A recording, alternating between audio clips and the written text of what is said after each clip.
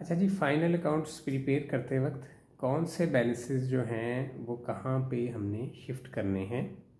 ये बहुत ही आसान भी होता है और थोड़ा कॉम्प्लिकेटेड भी होता है। तो इसमें देखें, फाइनल अकाउंट्स के अंदर हम बेसिकली दो चीज़ें प्रिपेयर करते हैं।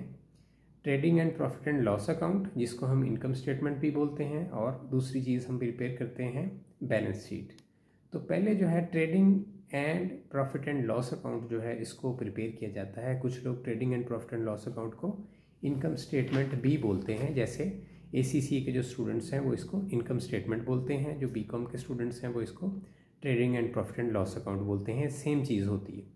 अच्छा, अब जब भी trading and profit and loss account आपने प्रिपेयर करना है तो उसके बाद बैलेंस शीट बनेगी, ठीक है। क्योंकि trading and profit and loss account जो है उसके अंदर हम इनकम या लॉस जो है बिज़नेस का वो डिटरमिन करते हैं या निकालते हैं कि इनकम में बिज़नेस जा रहा है या लॉस में जा रहा है, ठीक है।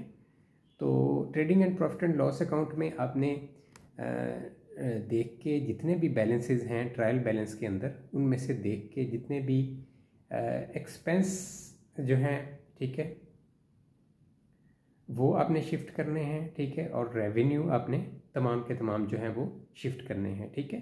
तो trading and profit and loss account के लेफ्ट हैंड साइड जो है वो एक्सपेंसेस की होगी, और राइट हैंड साइड जो है वो आप रेवेन्यू अकाउंट्स जो है वो तमाम के तमाम शिफ्ट करेंगे, ठीक है। अब अगर trading and profit and loss account की रेवेन्यू वाली साइड जो है, यानी कि राइट हैंड साइड, वो बड़ी होती है, तो फिर बिज़नेस जो है वो इनकम उसकी निकलेगी। लेकिन अगर एक्सपेंस वाली साइड बड़ी हो जाती है, यानी लेफ़्ट हैंड साइड बड़ी हो जाती है trading and profit and loss account की, तो फिर हमारा लॉस निकलेगा, ठीक है। यानी एक्सपेंस अगर बढ़ जाएंगे तो लॉस होगा, और रेवेन्यू अगर बढ़ जाएगा तो इनकम होगी। ये अंडरस्टूड बात है। अच्छा, अब बाकी जो तीन बैलेंसेस हैं जो होते हैं हमारे एसेट अकाउंट्स के बैलेंसेस, और लाइबिलिटीज़ अकाउंट्स के बैलेंसेस, और कैपिटल का बैलेंस, कैपिटल अकाउंट का, या कैपिटल को हम एक और वर्ड जो है यूज़ करते हैं, ऑनर्स इक्विटी, ठीक है, honours equity account. Capital account या ऑनर्स इक्विटी अकाउंट, ये भी सेम अकाउंट होता है, इसके दो नाम होते हैं।